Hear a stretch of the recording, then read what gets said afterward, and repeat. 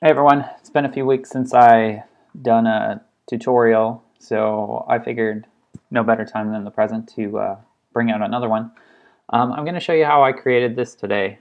A few nights ago, somebody posted up a cool photo of their car as a Hot Wheel box, and I thought it was fun, so I figured I'd give it a go, and here's what I came up with.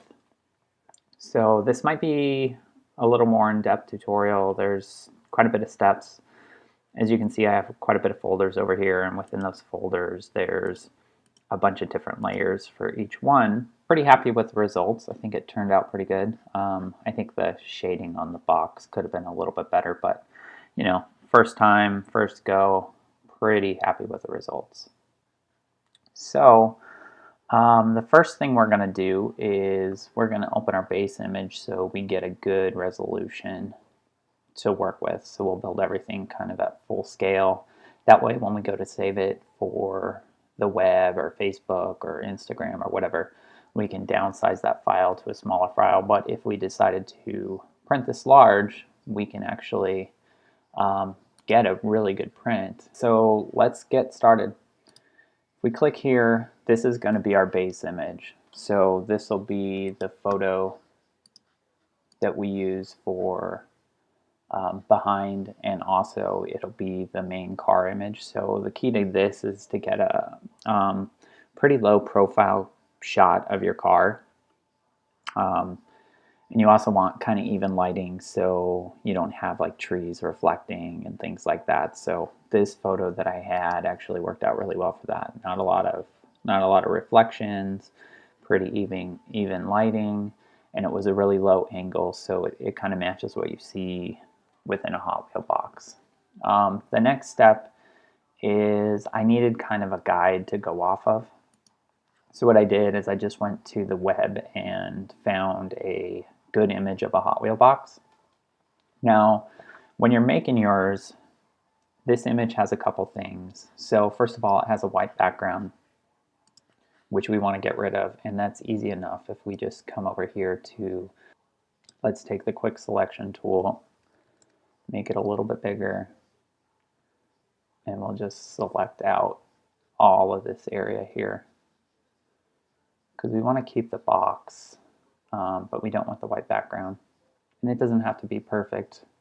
We're just going to use this for the actual shape of the background. So now that we have that, so now we have the shape selected, we actually want the other half selected. So we're going to go to select and inverse. That's going to select the white, and we'll just hit delete. Now we'll hit Command D. Now, just to help illustrate what I'm doing here, I'm going to make a black background, and we're going to put that underneath. And now, if you see the box, I put out these lines. So these are just rulers, so you can drag them out, and that'll make sure that everything's straight. So as you can see here, the box is a little off. So what we want to do is we want to hit Command T on the box, and we want to pull this just a little bit. So we're going to, after we hit Command T, we're going to hold down Command, and we're going to pull this just so it's perfectly square.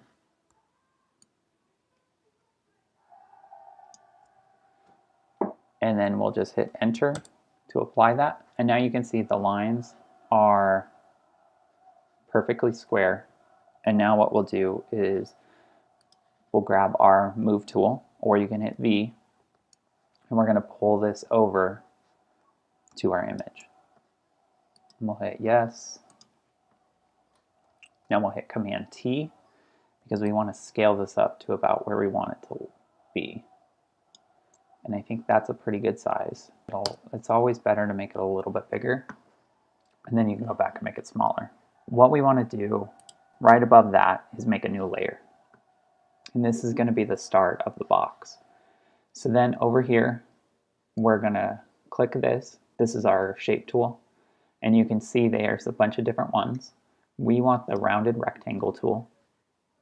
And then what we're going to do is we're going to come right in here, and we're going to draw a shape that's the same size as that box. And as you can see with the rounded rectangles, we're keeping the shape here at the bottom that the original box has. And now we're just going to go up here to the stroke. We're going to get rid of the stroke, and let's just make the box black. And then what we'll do is we're happy with that, so we'll come over here and we'll just rasterize that layer. Basically, it just makes it pixel based. It's no longer vector based, which is fine for what we're doing.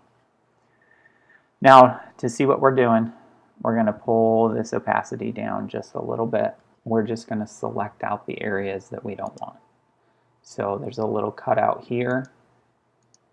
So I'm just going to draw a shape around that. And then we'll just hit delete. So essentially what we're doing is we're just selecting the pieces that we don't want and then getting rid of them. So if we zoom in here, you can see kind of the same thing. So we have a little piece here. We'll just draw a straight line down. And then holding shift is going to give us straight lines. So we'll hold down shift, straight line, straight line, straight line, and you can pull that down just a little bit if you want. Just make a little bit of a turn. Alright, so we'll just delete that. Command D. And now for this piece, we're going to use our pen tool. So again, hold shift for a straight line. We want a curved line. So we're going to pull and drag up, again holding shift so everything stays straight. I'll hold shift again and click. We're going to go right in the middle of this. We'll pull, dragging, holding shift. Click right here, same thing. If you mess up, just hit Command Z. Straight line. Click and hold shift. Now it looks like I got a little bit off there, so I'm just going to go in, hold down Command, and drag that point up just a little bit. Make it look a little bit better. Alright, and then we'll just close that selection. And then what we're going to do is right click, click Make Selection. That's fine. And then we'll just hit delete. So now, hit Command D to deselect. Now if we go to that shape, turn the full opacity, you can see we now have our Hot Wheels box. So that's the base layer. And then just to keep things clean, we'll come over here and we'll put box. Maybe box base. Alright, so lowering the opacity of that again. We're going to make a new layer.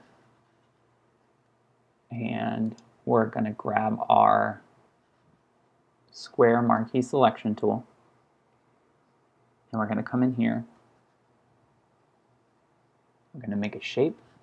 And we're just going to fill that. Let's fill that with gray so you can see it.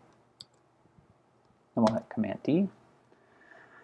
Now the good thing about the base box layer that we made just a minute ago is now we can use that as a selection for everything above. So if we click on the box, if we Command click right here where that layer thumbnail is, hit Command and click, you see we get a selection.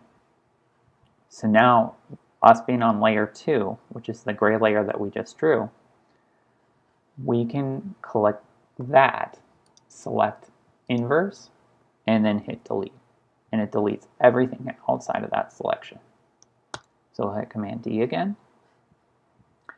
And let's turn that off for a second. And then let's do the same thing with this line.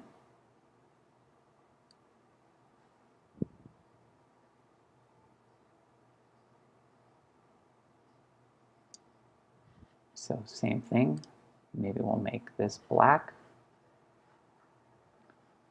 We're going to make a new layer. We'll hit Alt-Delete to fill it with black. And then we're going to do the same thing. We're going to Command click on that box base layer, select inverse, and then hit delete. So now what we've done is we've made the side piece, we've made that trim line, and we've made the box base. So now let's work with this for a minute. Let's turn off that. Let's turn this opacity all the way up. Let's go to layer 3. Let's call this pinstripe.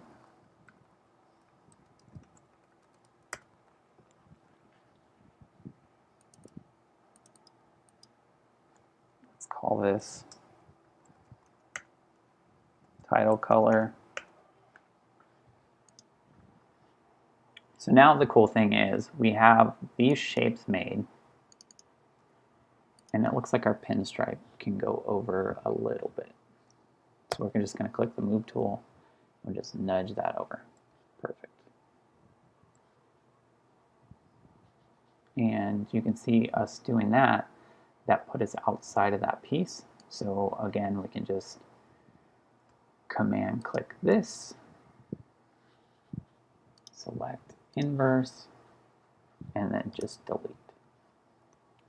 And that puts us back inside the box. Nothing's outside that. All right, so now here's where it gets a little fun. So these layers, you can select them. You can pick different colors. You can fill them if you want solid. Same thing with this.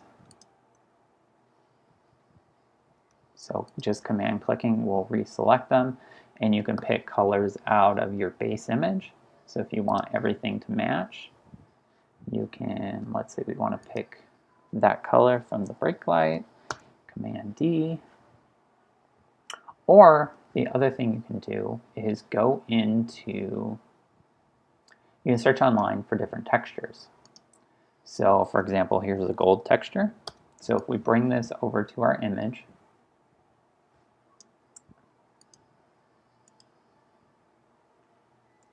and let's say we want to make it gold. So it's a nice brush texture. We'll manipulate it a little bit just to accentuate the brushings. Place that over, hit enter to confirm your transformation. So then you want to put that just above the layer that you want it to be colored on. And then what you're going to do is you're going to click right next to that and click create clipping mask. And what that does is now that texture is clipped to that shape. And you can do the same thing if you want to bring in a different color. I actually use stainless, this kind of stainless color on my mock-up. So we'll just do it with this one.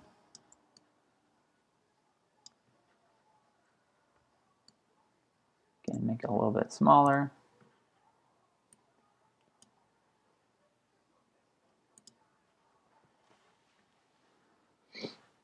So that's how I got that texture in there. Again, you can do it with colors, you can do it with gradients, you can do it with kind of anything.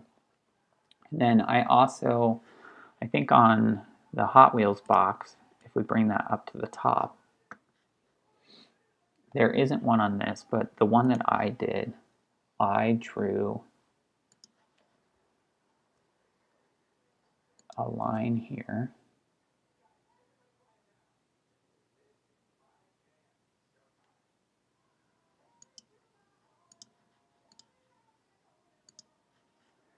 So if we make a new layer, let's fill that with a color. And then same thing, let's get our box and select the inverse and then delete. That'll give us that little special edition tag that we put up in the corner. So then what you can do is you can take another copy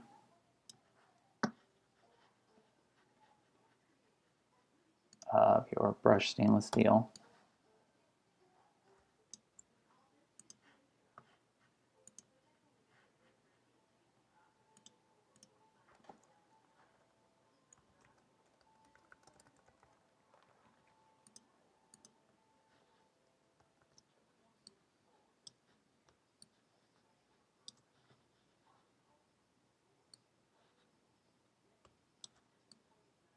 and then same thing, just create a clipping mask, and it will clip that down into there.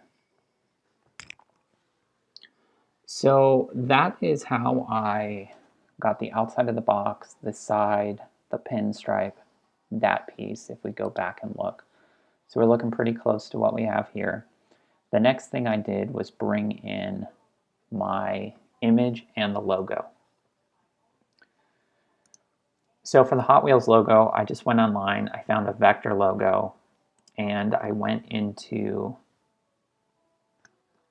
Illustrator as a vector and changed the colors. This was a red, this was a red, and this was the white fading to yellow as their traditional logo. So I just wanted things to match a little bit more, so I changed it to the gradient, saved it out as a PNG to have the background, and just brought it over as a PNG. So now we'll just take that, slide it into here, and then we'll get it sized about right, somewhere right in there. And then we'll change the logo. Hey everyone, just due to the size of this video, I'm going to actually break it into two. So continue over to part 2,